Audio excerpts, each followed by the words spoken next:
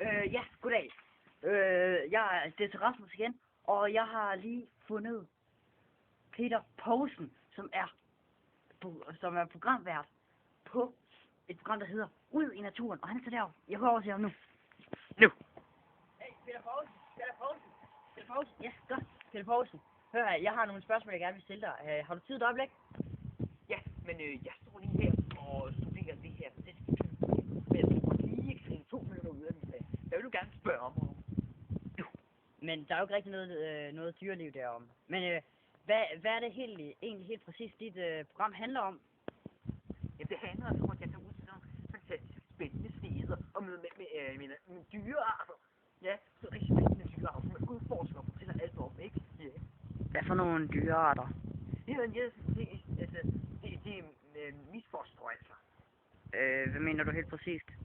Jeg mener rygerne. Okay, men jeg er faktisk også selv ryger.